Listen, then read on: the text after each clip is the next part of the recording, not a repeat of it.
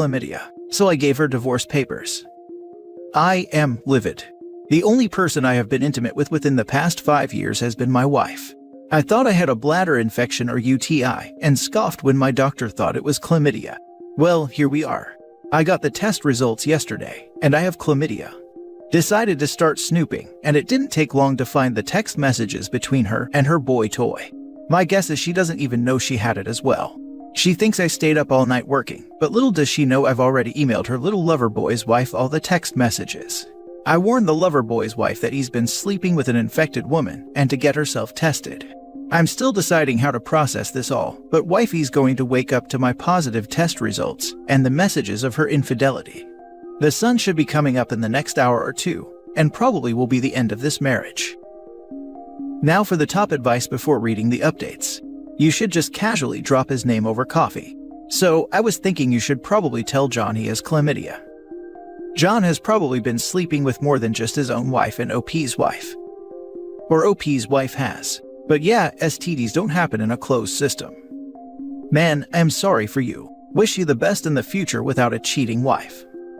Keep records. Stay calm. Find a ruthless attorney. Divorce this nasty witch. OP, please read. Depending on the state you are in, this could save you piles of money in alimony. Do not tell your wife if you can stand it. Get an attorney as soon as possible. I think by now it's too late. The boyfriend's wife will likely confront her husband, who will in turn message OP's wife about it. Had he not emailed the wife, he could have kept the information on the down low until speaking to an attorney. As it goes, the cat's out of the bag now, unless boyfriend's wife and OP conspire together, but that probably would have had to have been in the original email. OP absolutely did the right thing in contacting the boyfriend's wife. My comment was directed at the above comment telling OP to contact a lawyer before his wife finds out he knows about the affair. I was pointing out that it's likely that she would find out through the affair line before OP would have the chance to get a lawyer. I'm not sure about your wife's personality, but I would record what happens and also try to get any cash assets she may have access to out of the bank.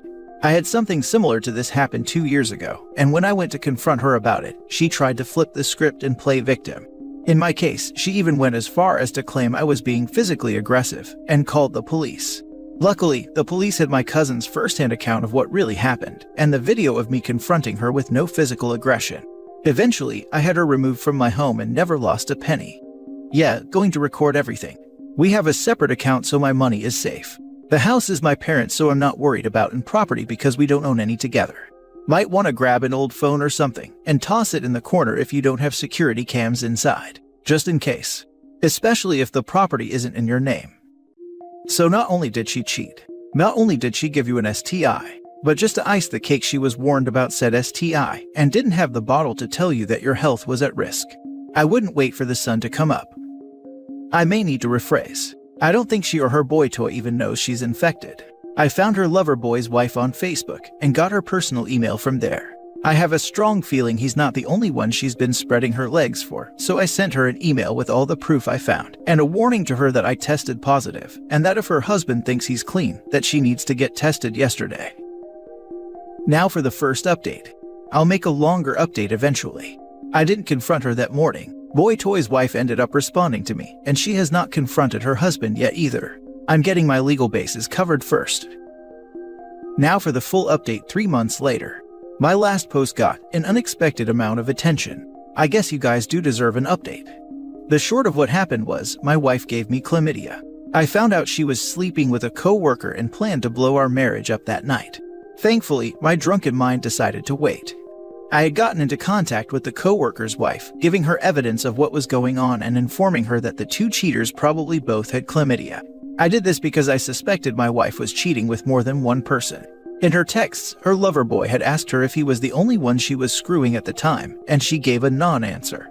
I know this dumb broad well enough that I knew she was screwing someone else as well. Luckily, the co-worker's wife got back to me first thing in the morning to explain that she figured he was seeing someone else. The two of them were privately separated at the time, and their separation agreement stated they were not to see anyone else at the time. She had her own suspicions and thanked me for reaching out. We agreed that she would not confront her husband until I could cover my own butt legally, in exchange for the evidence I had of their affair together. She also confirmed to me that her husband didn't have chlamydia, at least when they were still together. I decided to not confront my wife that morning. I pretended everything was fine and dandy while I looked for lawyers and dug deeper to figure out the mystery of the chlamydia caper. I installed a keylogger on my wife's personal PC and quickly got access to a secret email, where guess what? My wife was talking with someone on a hookup website. The best part was that it solved the mystery, as the man informed her he tested positive for chlamydia and that she probably had it. Even better, these emails were from months before I was infected myself, meaning she knowingly infected me with chlamydia. Disappointed that it was not in fact the chlamydia fairy that caused all this, I got a lawyer. It's not looking well for my soon-to-be ex. The fact she knowingly infected me made my lawyer salivate, along with the mountain of proof of her infidelity. The house we live in is my parents', and we've kept our finances separate since the beginning. Her chances of getting much, if anything, out of me is pretty slim. I served her the divorce papers last month. I bought a security camera on Amazon when this all started, saying I was going to put it over our front door. I hid it in the living room the morning I decided to confront her. I decided to take one of the top comments from my first post on how to drop this on her. We were sitting and having breakfast when I said, "So I'm curious. Does Boy Toy know you infected him with chlamydia as well?" The short of it was, she cried, apologized, tried to claim it was a one-time thing, and I brought up that this was her second affair. Tried to claim she loved me, tried to blame me, screamed at me that I don't make her feel loved, yada yada, you get it. I served her the divorce papers and her eviction notice right after. I'm staying with my parents until she's out of the house in a few weeks just to be safe. I'm juggling if I want to try and press assault charges against her for knowingly infecting me with the STD, as my lawyer said it should be pretty easy to prove with the emails we have. Overall though, I just want her out of my life, like the STD she is. Not feeling loved. The title of every cheater's journal. I didn't feel loved. You should feel bad for me. You pushed me to this. Such utter BS. If the victims didn't love cheaters enough, then the cheaters should have just left. I was married once. My ex-husband had an affair, and when I asked him why, he said, "You never asked me how my day is, it's like you don't care."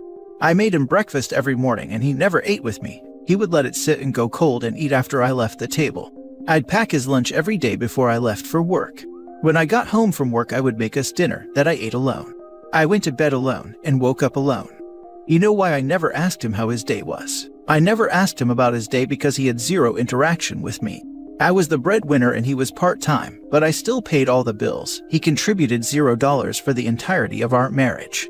If he wasn't working, he was at friends' houses or would play video games until he fell asleep on the couch. I did not exist to him outside of the bedroom, but me not asking him about his day was his excuse. The worst part of this is that she knowingly infected him with an STD. That's just such a nasty thing to do, and especially to somebody you supposedly loved enough to marry. Especially one that makes you infertile if you leave it untreated long term. OP is lucky it wasn't symptomless and found out.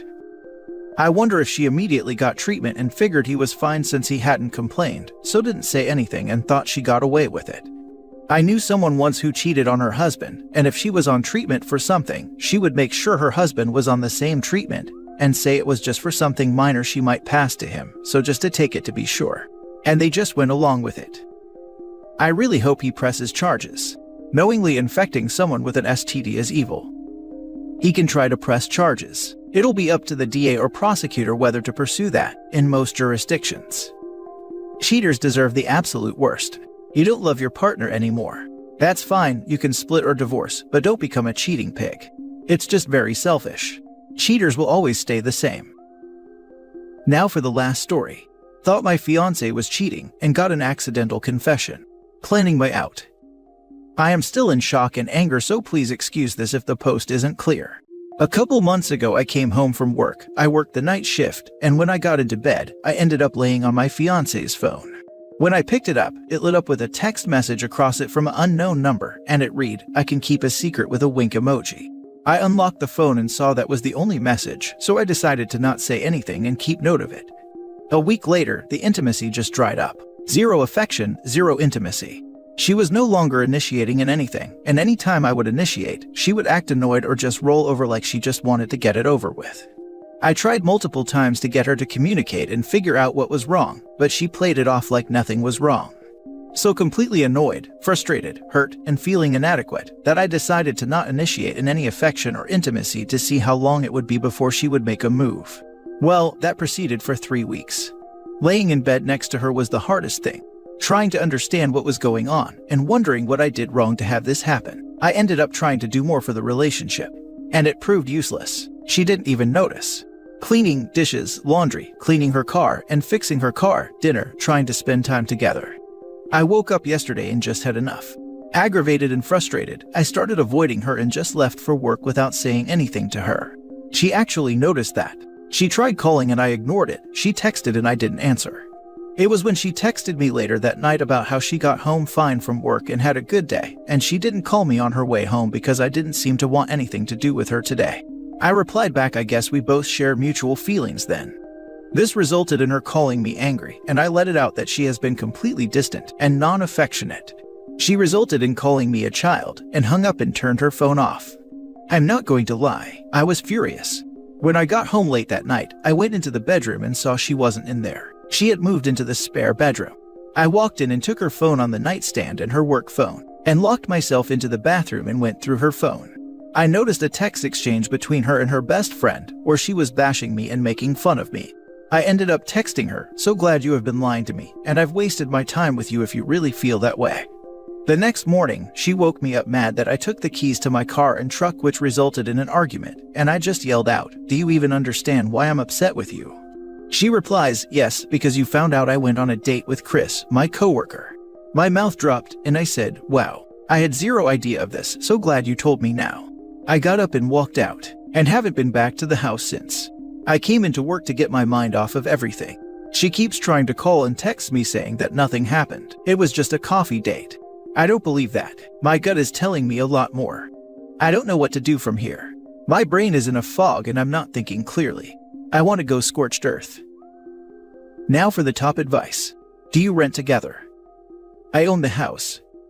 You are a better man than me. She would have been kicked out already. We have 2 children together and she can't afford her own place. That's the only reason I haven't yet. I want to be clear-headed and calculated when I plan to completely blow her world up. So she's cheating on you. The fact this dude told her he can keep a secret shows he also knew she was cheating. And she's bashing you to her friend while cheating. There's no question, man, break up with her.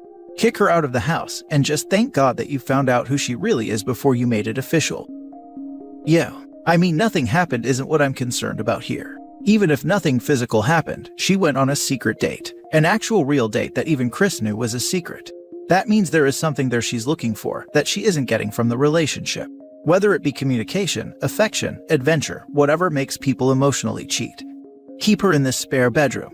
That is the smartest decision she made in all this, moving herself there. Obviously, you need to consult an attorney. Do you have any shared accounts? What would look best for family court when going in for custody, letting her stay with you, or giving her notice to vacate the property? These are all questions that a family lawyer can answer and walk you through. Find the best one that you can trust. A list of questions you might want to ask him. Anything about shared financial accounts. Custody with the kids, what is realistic to fight for and what should you aim for? What evidence might be good to gather for custody case? What would the judge care about? What are the eviction laws in your state for a shared tenancy? As said above, what would look best to a judge in terms of her living with you or not? If you do evict before the custody case, what does that mean for where the kids would live? Is there any chance you'd qualify as common law? Do you have to worry about paying alimony or anything? A list of other things you should do.